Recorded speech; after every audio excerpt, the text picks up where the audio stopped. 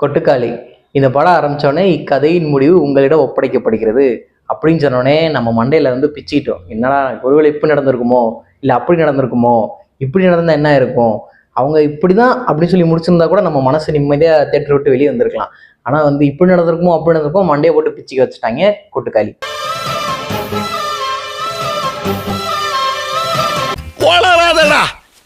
இந்த படத்தில் டேரக்டர் இருக்காங்க, ஆக்டர் இருக்காங்க, மியூசிக் டைரக்டர் இல்லை. மியூசிக் டைரக்டர் இல்லை அப்படின்னு ஒரு காரணத்துக்காக சிவகார்த்திகேயன் அப்படின்னு ப்ரொடக்ஷன் வர்றப்போ கூட ஒரு மியூசிக்கை காணும். முன்னாடிலாம் சிவகார்த்திகேயன் ப்ரொடக்ஷன் போடும்போது டாக்டர் தீம் மியூசிக் போட்டு பயங்கரமாக போடுவாங்க.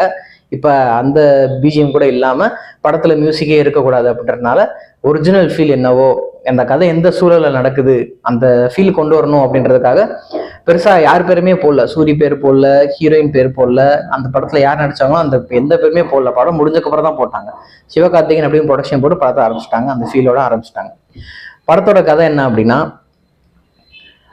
பாண்டி அப்படின்ற ஒரு கேரக்டர், அதாவது சூரி நடிச்சிருக்க பாண்டி அப்படின்னு ஒரு கேரக்டர்.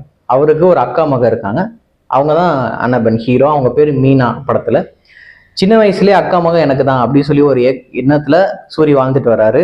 அதுக்கப்புறம் அந்த பொண்ணு காலேஜ் படிக்கும் போது தெரிய வருது வேற ஜாதிக்கார பையனை லவ் பண்றா அப்படின்னு. வேற ஜாதிக்கார பையனை லவ் பண்ணனால வீட்டுல பிரச்சனை ஆகி பயந்த மாதிரி மாறிட்டாளா, இல்ல லவ் பண்ண பையன் வந்து மந்திரிச்சு விட்டானா அப்படின்ற மாதிரி ஒரு ஸ்டார்டிங்ல படம் ஸ்டார்ட் ஆகுது. இதுதான் கொட்டுக்காளி. இந்த படத்துல வந்து சூரி வந்து அதுக்கப்புறம் அந்த மந்திரிச்சு விட்டதை எடுத்து விட்டாங்களா, இல்ல குடும்பமா சேர்ந்து வேற ஜாதிக்கார பையனை லவ் பண்ணனால வேற மாதிரி பிரச்சனை ஆச்சா அப்படின்றதான் இந்த கொட்டுக்காளி. படம் வந்து எல்லாமே லென்த்தி ஷார்ட்டாக தான் இருக்கும். படம் ஸ்டார்டிங்ல வந்து ஒரு கோயில் இருக்கும். கோயில்ல இருந்து 2 சிந்து தள்ளி தான் ஹீரோயினோட வீடு இருக்கும். அந்த கோயில்ல இருந்து வீடு வரைக்கும் ஒரு அம்மா நடந்து போய் விபூதி பூசி விடுவாங்க ஹீரோயினுக்கு. கிட்டத்தட்ட இது ஒரு 2-3 நிமிஷம் இந்த லென்த்தி ஷார்ட் வரும். இப்படிதான் படத்துல வந்து 3 நிமிஷம் 5 நிமிஷம் ஒவ்வொரு ஷாட்டுக்கும் 3 நிமிஷம் 5 நிமிஷமா போயிட்டே இருக்கும். ஏத்தத்திலயும் இறக்கத்திலயும் கூட்டி போறானே, எந்த ஊருக்கா கூட்டி போற? இதோட 11 கிலோமீட்டர் ஆகி போச்சியா? பேசாம வாயா, பொருள் பெருசுல அண்ணன் மாதிரி தளராம நங்கு நங்கு நடந்துவா. எவ்வளவு பொறுமையை சோதிக்க முடியுமோ அவ்வளவு பொறுமையை வந்து நம்ம டைரக்டர் வினோத் ராஜ் அவரும் நம்மள வந்து சோதிச்சிருக்காரு. கூழாங்கல்ல சோதிச்சதை விட இதுல பயங்கரமா சோதிச்சிருக்காருன்னே சொல்லலாம். படத்துல சூரிய அவர்கள் தொண்டையில வந்து ஏதோ ஒரு வெள்ளை கலரா ஒரு சுண்ணாம்பு மாதிரி பூசியிருப்பாரு. அதை போஸ்டர்ல பார்த்துட்டு ஏதோ கட்டு போட்டிருக்காங்க. கமல் அவர்கள் வந்து ட்வீட் போட்டிருந்தாரு, அவருக்கு கேன்சர் இருக்கு அப்படின்னு சொல்லி ட்வீட் போட்டிருந்தாரு. அதெல்லாம் ஒண்ணுமே கிடையாது.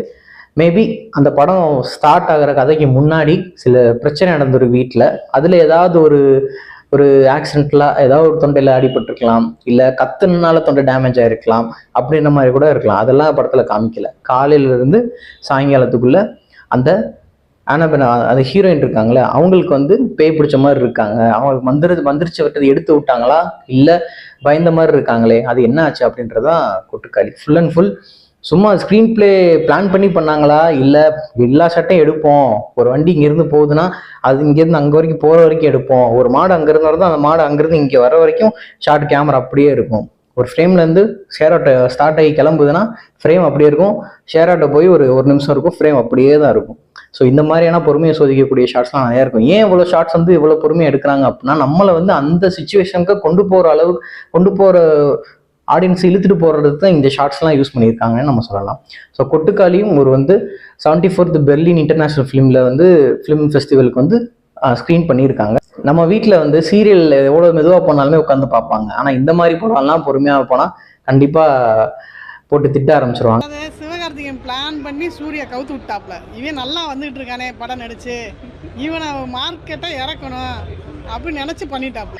ஸோ இந்த படம் வந்து ஒரு வேற மாதிரியான ஒரு எக்ஸ்பீரியன்ஸை உங்களுக்கு தரும். Open end கிளைமேக்ஸாக முடிச்சிருப்பாங்க.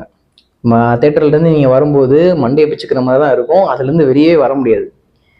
என்னை ஒரு எண்டு வச்சு முடிச்சிருந்தா கூட ஓகே, சரி இதுதான் அப்பாடா சொல்லிட்டான்ப்பா அப்படின்ற மாதிரி இருக்கும். எதுவுமே சொல்லாம இக்கதையின் முடிவு உங்களிடம் ஒப்படைக்கப்படுகிறதுன்னு ஒரு ஸ்டேட்மெண்ட்டை போட்டவனே நமக்கு மண்டை பிச்சுக்க ஆரம்பிச்சிருச்சு.